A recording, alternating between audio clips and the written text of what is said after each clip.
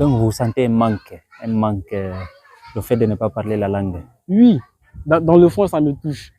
Je ne suis pas fier, présentement ici, je ne suis pas fier d'échanger avec mon ami ou mon frère Peul en langue française. Okay. Je ne suis pas fier de ça. Mais puisque je ne comprends pas. Donc... Bonsoir. Bonsoir, monsieur. Présentez-vous. Je me nomme Ba Amadou Didou. On est où?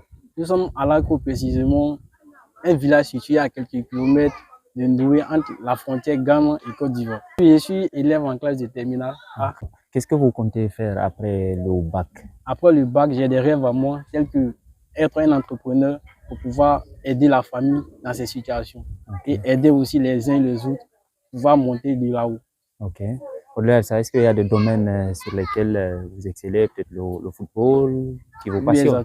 Oui, exactement. Je suis un passionné du ballon rond et j'ai hâte aussi d'être un footballeur, peut-être défendre aussi la couleur de la Guinée, Inch'Allah. D'accord. Est-ce que vous avez une fois été en Guinée? Non, je n'ai jamais été en Guinée. Je n'ai pas eu cette chance-là jusqu'à présent.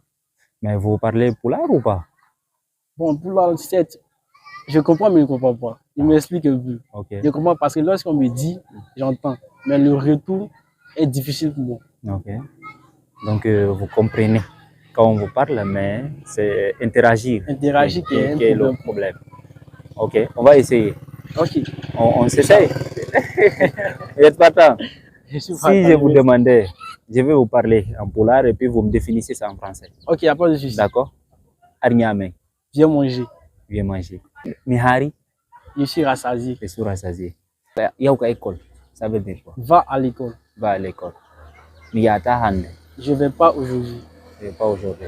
Mais ça veut dire que vous pouvez vous parler vu que vous n'avez jamais été au pays. Oui, je n'ai jamais été au pays. C'est avec ma maman et puis mon papa, et en son nom, que j'ai appris ces différents mots en Guinée et en langue guinéenne. Justement, comment ils font, comment ils faisaient, les parents? Est-ce qu'ils vous exigent de parler la langue ou bien ce n'est pas une exigence?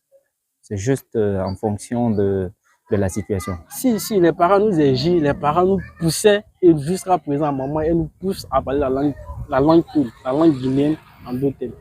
Mais c'est l'entourage, comme vous le constatez, pratiquement, c'est pas une raison en tant que telle. Mais si 20 maisons, tu vas leur trouver que deux familles de Peul ou une seule famille qui parle la langue guinéenne avec les enfants. Donc du coup, pour un enfant qui est né dans ce village-là, pratiquement tous ses amis, tu vas leur trouver que ce sont les autres langues qu'ils parlent. Donc pour l'enfant qui grandit avec eux, lorsqu'il grandit, c'est difficile pour l'enfant de connaître directement sa langue maternelle.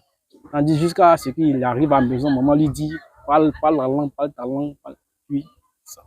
Ok. Est-ce que vous voulez partir en Guinée une fois, oui, peut-être pour vous sourcer? Bien sûr. C'est comme si tu me demandais si je veux bien y aller à la mosquée. Oui, wow. je veux bien parler la langue guinéenne parce que c'est ma culture, c'est mon pays et je suis fier d'être un Guinéen. Okay. Donc pour moi, je suis prêt à tout faire ou à me sacrifier pour comprendre ma langue qui est la langue guinéenne. Okay. Donc si l'occasion se présente, vous allez partir en Guinée? Oui, bien sûr. Qu'est-ce qui vous empêche même de partir? La situation familiale. C'est la chose qui m'empêche jusqu'à présent, ou je dirais encore mes études. Mais durant les vacances, il y a les vacances qui sont là, mais si la famille n'a pas les moyens nécessaires, donc c'est difficile pour les enfants qui aient de prendre l'accès pour partir en Guinée. Vous êtes l'aîné de la famille? Non, je ne suis pas l'aîné, j'ai un grand frère et une grande sœur également. Lui, il est là? Lui, présentement, il est à Abidjan, à la capitale. Ok. Votre grande sœur? Ma grande sœur, elle est en déplacement. Okay. Elle était là juste à présent, mais elle est en déplacement. Mais eux, ils parlent la langue? Oui, ma grande sœur, elle a eu la chance, elle a fait la Guinée. Elle comprend mieux la langue guinéenne et nous autres, ses petits frères et petites sœurs. Ok. Ça fait quoi de vivre à l'étranger durant tout ce temps sans pour autant partir au pays? D'une part, elle est nécessaire, mais elle n'est pas trop ça. Okay. Parce que d'abord, pour un enfant qui est d'origine guinéenne, ouais, qui est né guinéen, doit forcément partir connaître sa Guinée, son pays natal, avant de pouvoir accéder aux autres pays. Donc comme nous autres, on n'a pas eu cette chance, donc sincèrement, vivre dans un pays étranger ou un pays étranger, c'est pas trop évident. Okay. Vous regardez les journaux, peut-être l'actualité guinéenne? Bien sûr que... Quand vous regardez la télé, Quels sont les journaux qui reviennent à chaque fois? Bon, la plupart des actualités sur l'espace TV, ça parle beaucoup de la politique. Ça parle beaucoup de la politique. Ça vous dit? Oui, ça me dit, car ça me permet encore de connaître encore les situations où je dirais la démocratie de mon pays. Mais j'aimerais solliciter aussi à avoir l'accès de donner la chance aussi de laisser la langue guinéenne même s'exprimer sur les chaînes guinéennes. Là, ça permet aux enfants qui sont nés ici à l'étranger de connaître mieux ou de valoriser encore plus la langue guinéenne. Donc vous sentez un manque, le fait de ne pas parler la langue? Oui, dans le fond, ça me touche. Je ne suis pas fier, présentement ici, je ne suis pas fier d'échanger avec mon ami ou mon frère Peul en langue française. Okay. Je ne suis pas fier de ça.